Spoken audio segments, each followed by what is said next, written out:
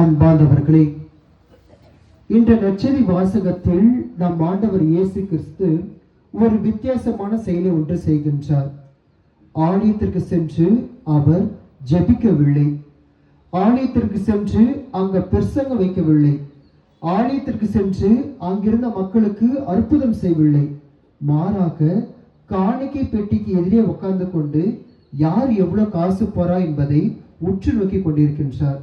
உதாரணம் நினைச்சு பாருங்க, இப்போ ஒரு காணிக்கை பெட்டிங்க வச்சுட்டேன், நான் பக்கத்துல நின்றுக்கிறேன், ஒவ்வொருத்தரும் உங்க காணிக்கை போடுங்கன்னு சொல்லிட்டு நான் பார்த்துட்டே இருந்தா நீங்க என்ன நினைப்பீங்க?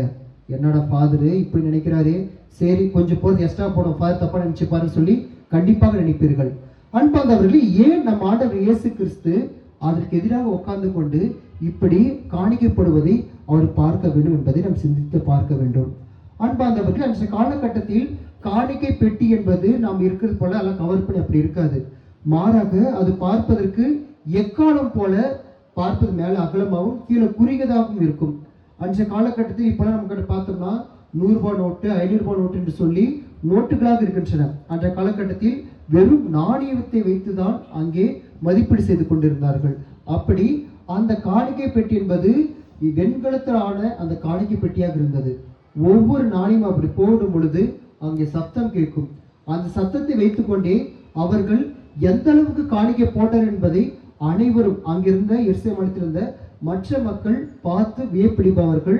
இதுதான் அங்கிருந்த ஒரு வழக்கமாக இருந்தது. இப்படி ஒவ்வொருவரும் தங்களுக்கு இருந்த அனைத்து காணிக்கைகளையும், உதாரணத்துக்கு செல்வந்தர்கள் பார்த்தோம்னா மொத்தமா காணிட்டு அப்படியே போடுவாங்க. அப்படியே சவுண்டை கேட்கும். அது சத்தத்தை கேட்டு பரவாயில்லப்பா நிறைய காணிக்கை போட்டிருக்காங்களே அப்படின்னு கேட்கும்.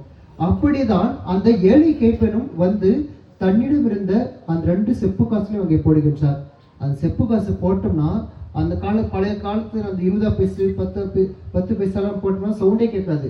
ஏன்னா அது பார்த்து இரும்பலாக அது இருக்கும். அப்படி போட்டோம்னா அதோடைய ஓசை கண்டிப்பாக யாருக்குமே கேட்டிருக்காது. ஆனால் அந்த ஓசையை, அந்த சத்தத்தை நம் ஆண்டவர் இயேசு கிறிஸ்து அங்கே கேட்பதை பார்க்கின்றோம். அன்பார்ந்தவர்களே, அங்கே அந்த கைம்பெண்ணின் அந்த இதயத்தில் இருக்கின்ற அந்த சத்தத்தை நம் ஆண்டவர் இயேசு கிறிஸ்து கேட்கின்றார். இந்த நிகழ்வை நாம் மிகவும் எளிமையாக புரிந்து கொள்ள வேண்டும் என்றால், இப்பொழுது பார்த்தா வீட்டில் ஒரு கோழியை வெட்டி நல்லா சாப்பாடு இருக்குது, நல்லா சாப்பிட்டு அங்கே இருக்கிற எலும்பு துண்டை ஒரு நாய்க்கு போறாங்க. அந்த நாய் பார்த்தீங்கன்னா நல்லா சந்தோஷமா எடுத்துட்டு போயிடுது. இது ஒரு பணக்கார வீட்டில் நடக்கிற ஒரு நிகழ்வாக வைத்துக் கொள்வோம். அதே ஒரு ஏழை வீட்டுல ஒரு பாட்டியம்மா மாவு எடுத்து பார்க்குறாங்க, ஒரே ஒரு தோசை வர அளவுக்கு தான் மாவு இருக்குது.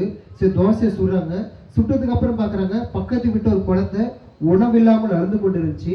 அந்த தோசையை போயிட்டு அந்த பக்கத்து வீட்டில் இருக்க அந்த குழந்தைக்கு கொடுத்து விட்டார்கள்.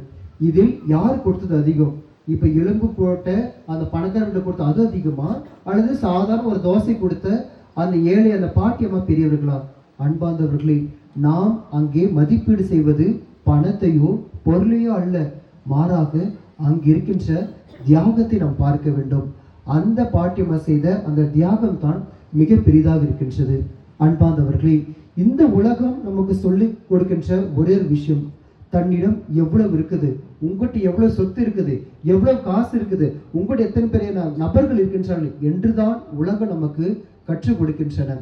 ஆனால் நம் ஆண்டவர் இயேசு கிறிஸ்து உன்னிடம் இருக்கின்றவற்றை எந்த அளவுக்கு பிறரோடு அன்போடு பகிர்ந்தளிக்கின்றார் என்பதால் நம் ஆண்டவர் இயேசு கிறிஸ்து நாம் பார்ப்பதை பார்க்கின்றோம். அன்பார்ந்தவர்களே, அந்த ஏழை கைப்பெண் போட்ட அந்த 2 செப்பு காசு வெறும் சிறிதளவு அந்த மதிப்பீடாக இருக்கலாம்.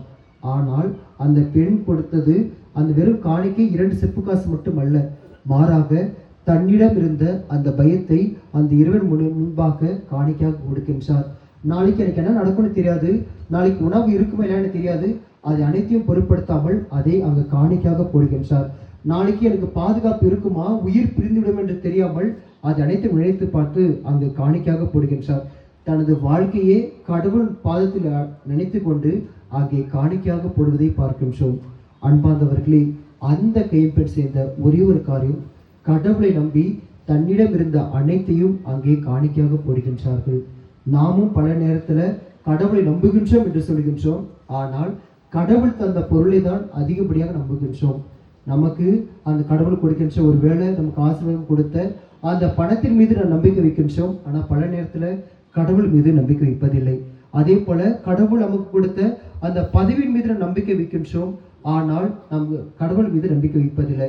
அதே போல கடவுள் நமக்கு கொடுத்த அந்த உறவுகள் மீது நாம் நம்பிக்கை வைக்கின்றோம், ஆனால் நம் கடவுள் மீது பல நேரத்தில் நம்ம நம்பிக்கை வைக்காமல் இருக்கின்றோம். அன்பார்ந்தவர்களே, ஆனால் ஆண்டவர் பார்வையில் அவள் அந்த பெண் ஒரு செல்வந்த மிக்க ஒரு கைப்பெண்ணாக இருப்பதை நாம் பார்க்கின்றோம். இதே போலதான் இன்று அன்னையே அர்ப்பணித்தார்கள். அன்பார்ந்தவர்களே, நாம் அன்னை மரியா எந்த அளவுக்கு தன் வாழ்க்கையை காணிக்கையாக கடவுளுக்கு தந்தாரோ, நாம கடவுளுக்கு எதை நாம் காணிக்கையாக தரப்போகிறோம் என்பதை சிந்தித்து பார்க்க வேண்டும். நாம நினைச்சுக்கிறோம் காணிக்கை என்ற உடனே நம்மிடம் இருக்கின்ற பணத்தை தான் காணிக்கையாக கொடுக்கணும், ஆயிரக்கணக்காக காசு எடுத்து வந்து காணிக்கை கொடுத்தா கடவுளுக்கு கைமாறாகிவிடும், அதுதான் காணிக்கை என்று நினைத்துக் கொள்கின்றோம். அதுவல்ல, மாறாக யாருக்கெல்லாம் தேவை இருக்கின்றதோ, உதவி இருக்கின்றதோ, அதை நாம் போய் பூர்த்தி செய்தால் அது கடவுளின் பார்வையில் மிகப்பெரிய காணிக்கையாக இருக்கின்றது. அதே போல யாரெல்லாம் நாம் மன்னிக்க முடியாமல் நம் மனதில் நம்ம வைத்துக் கொண்டிருக்கின்றோமோ, அந்த நபரை நாம் மன்னிக்க ஆரம்பித்தோம் என்றால் அதுதான் கடவுளின் பார்வையில் பலவகையான கண்ணீரோடு இப்பொழுது இந்த திருப்பலி நாம் கலந்து கொண்டிருக்கலாம், பலவகையான கஷ்டத்தோடு இந்த ஆலயத்திற்கு வந்திருக்கலாம். இதே சூழலில் தான் அந்த கைப்பெண்ணும் வந்திருப்பார்.